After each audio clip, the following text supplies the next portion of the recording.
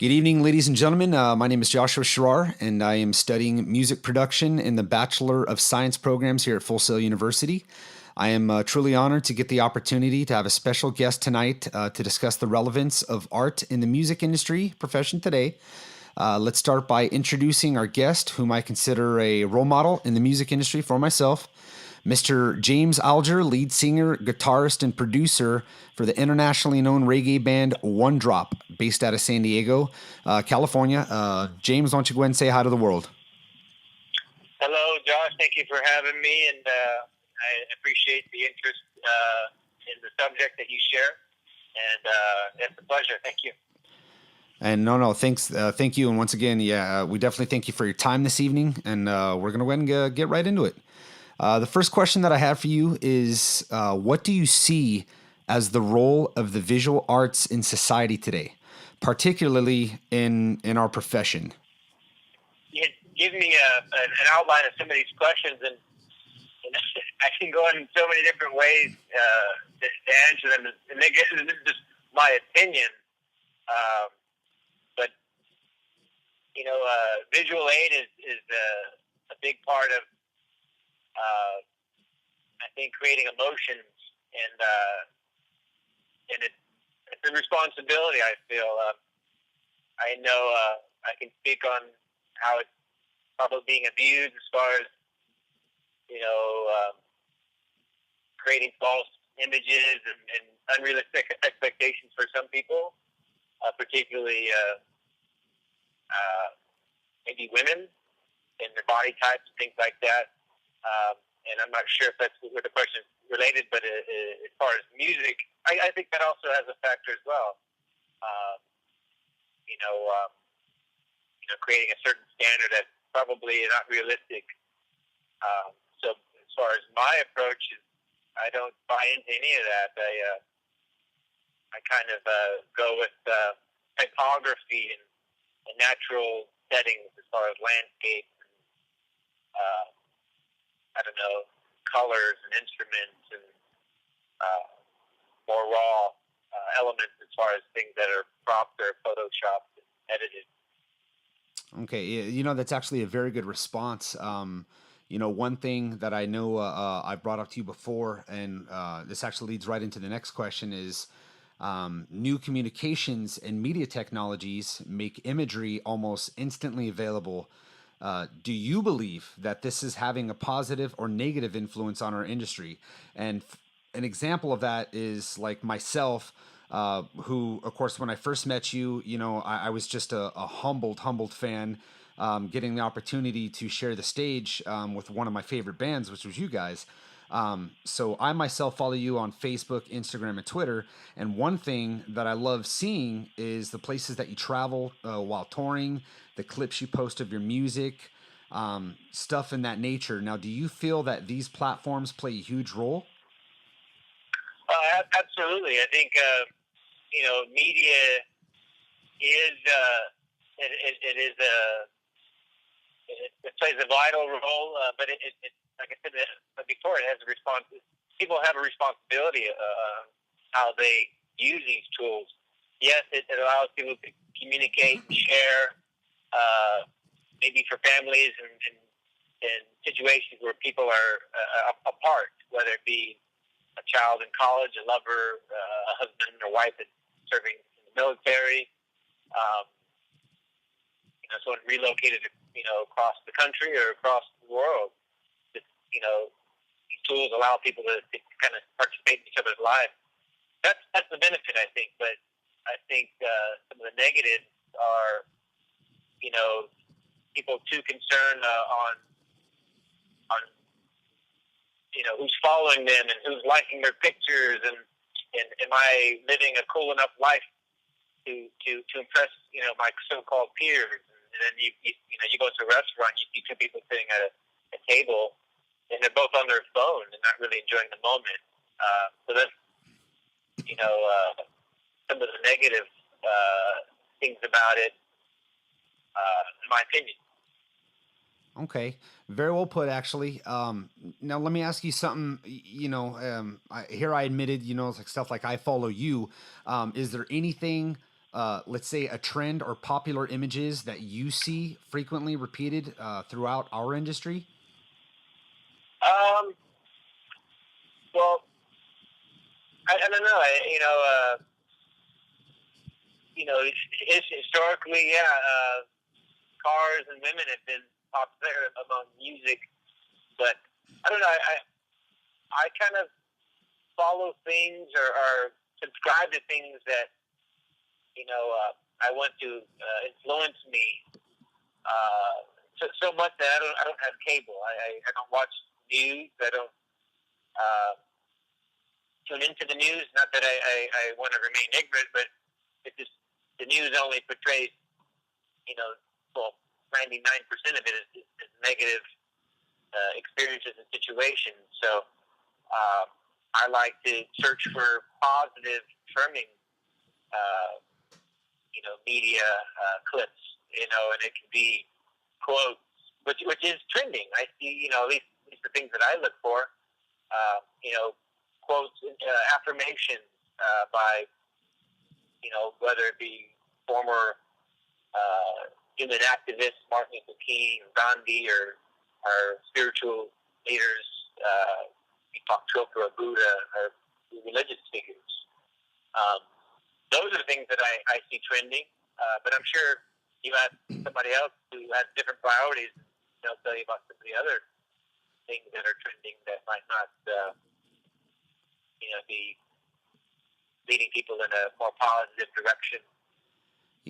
That's actually a good statement, because when you say something like that, it actually points out that you have some people who might follow a more spiritual type path, whereas someone may only follow someone on Instagram just for a fashion style, or maybe they're in a different type of music, like post hardcore, or metal, or anything like that. And so I don't know, I think you kind of like hit the hammer on the nail on that one. That's actually a good thing of putting it.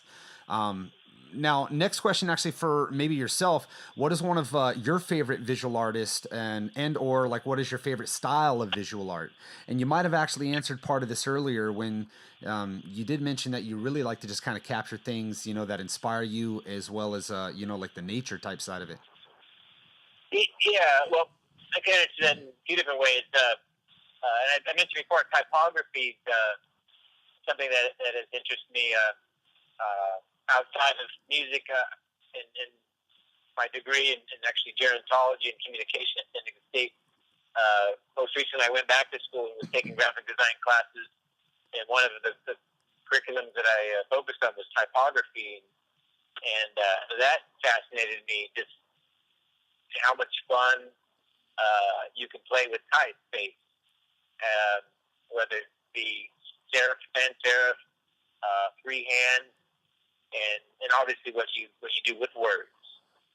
So that being said, there's a Austrian designer who lives now in New York called Stefan Sagmeister, and he's an incredible artist, designer, who really thinks outside the box. His work is very difficult to explain, but he focuses on typography, but he uses materials that you don't even really think of. I mean, it could be pouring 50 gallons of salt on a table and then writing words with his finger. It could be taking sticks and braiding them into typeface. Anyone is listening to this broadcast or transcript, I would highly encourage you to look up his work and to kind of get to see what I'm talking about, because it is very, very difficult to explain, and I know anyone else who does this kind of work. Outside of typography, just natural elements, whether it be earth based or animal based. On Instagram, I think I follow an Instagram page called Earth Picks, and it just every day when I do my social media maintenance, which is important for being a musician and engaging in my fan base, and attracting people to our music. I do have to stay engaged to some degree without neglecting the present and the people that I'm with, whether it be out to dinner or whatnot. But so I do tune in, and I do look forward to seeing some of these images that are shot around the world, places that inspire me to go visit, or just provoke a very good feeling. Maybe it's an amazing sunset, over Iceland or Northern Lights. And just, it makes me feel good and inspired, and that's the positive thing about media and access to it. Now, you just said something that's actually perfect, that it's going to segue right into our next question. You mentioned stuff like the Northern Lights, stuff like that actually, kind of like sparks your creative process. Now, is there anything such as any knowledge of famous artworks that has personally influenced your creative process? You mentioned the gentleman, who works this, topography, writing in salt, using sticks or anything like that. Does anything like that, any famous artwork, has it ever influenced any of your creative process? At the top of my head, I can't recall that there was a certain image. Hindsight, there was a song that I wrote after traveling a non-music related trip through South Africa. I was introduced to the Hector Peterson story, which has an iconic image associated to it.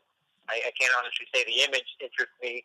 I don't know if I was exposed to the story being at the museum and then the image, or vice versa. But that image is integral to the story, and it's an iconic image that attracts people to know more about the event that took place surrounding the Soweto uprising in the late 70s. And it's a graphic image of a young boy being carried by another student after he was shot. Alongside of him is his sister. They're running, and it's a pretty popular and unfortunate image. Yeah, I definitely wanted to caveat, when you say that, for one, yes, that is actually a very powerful song. I've heard it hundreds of times, being a big fan. And what's so great at the shows is you see everyone raise their hands.